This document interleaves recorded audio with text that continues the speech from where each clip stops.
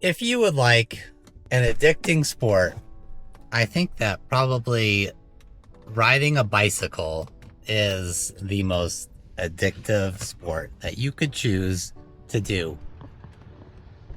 It's all kind of ridiculous, actually, with the amount of gear, how expensive things can be. And let's be honest, the outfits are preposterous.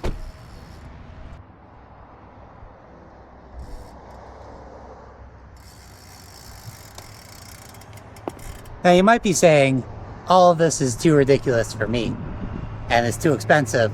Yet there is ways to make this sport actually affordable. With the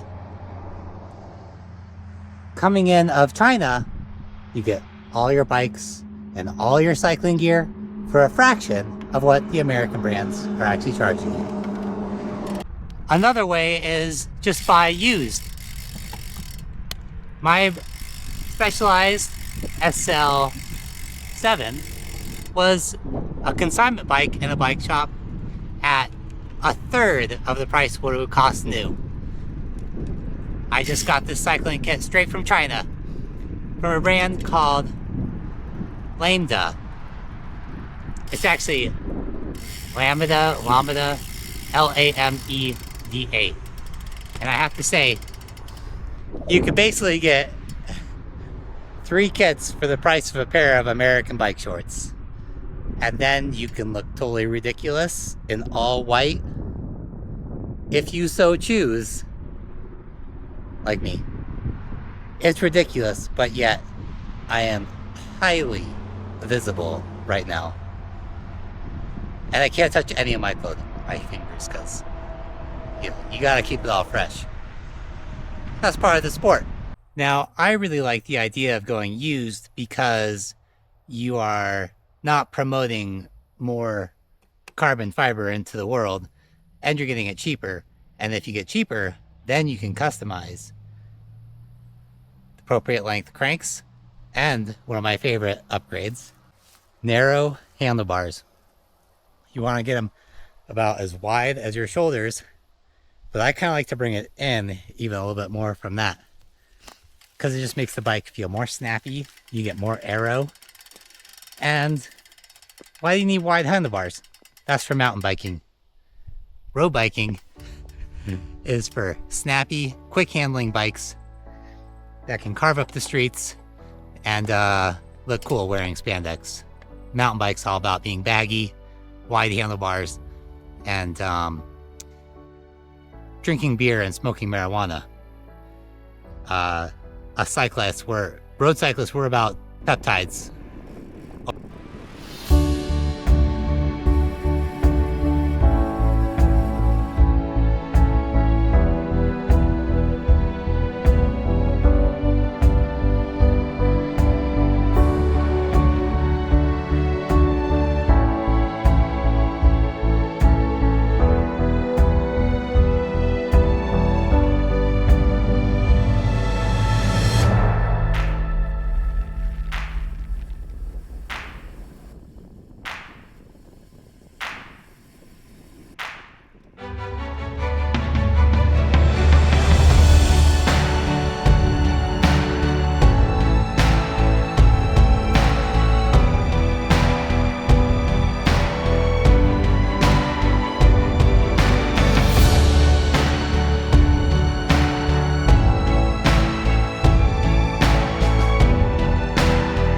Well, 40 miles in and about 2 hours.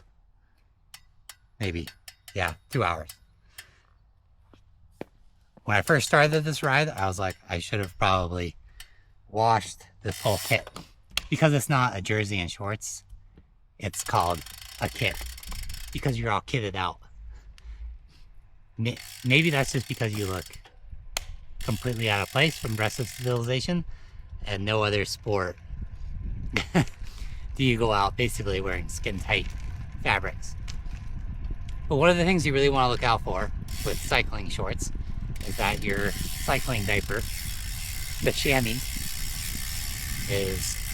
disappears when you're actually riding the bike.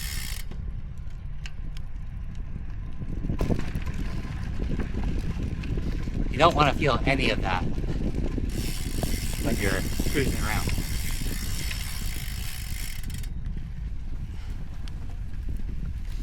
So whether on road, riding through the dirt or the grass, that whole pad element should just disappear.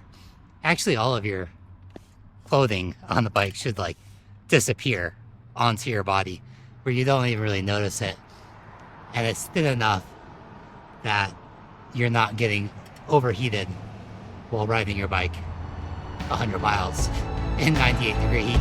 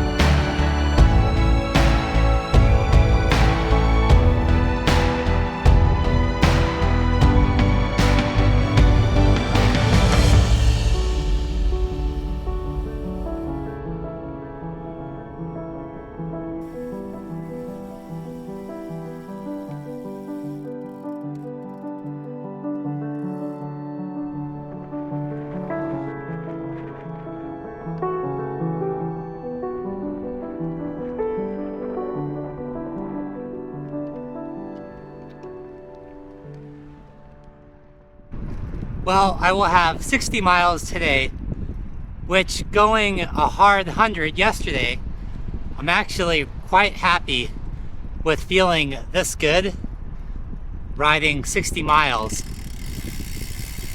I also have to say that the Chinese kit works really well, just dissipating heat so much better than the black that I've had. And I've been wearing those jerseys and shorts for probably 4 to 5 years, a long time. So I think they've definitely got their use out of them. And to be fair, they're really still going strong. No, saddle sores. The only thing is, I think that there's some color fading. But some of this new stuff, it's just got these panels that are basically almost see-through on the sides, and just the breathability. So if you don't want to spend $300 on a pair of bike shorts, shoot, go to Lameda and check out their stuff.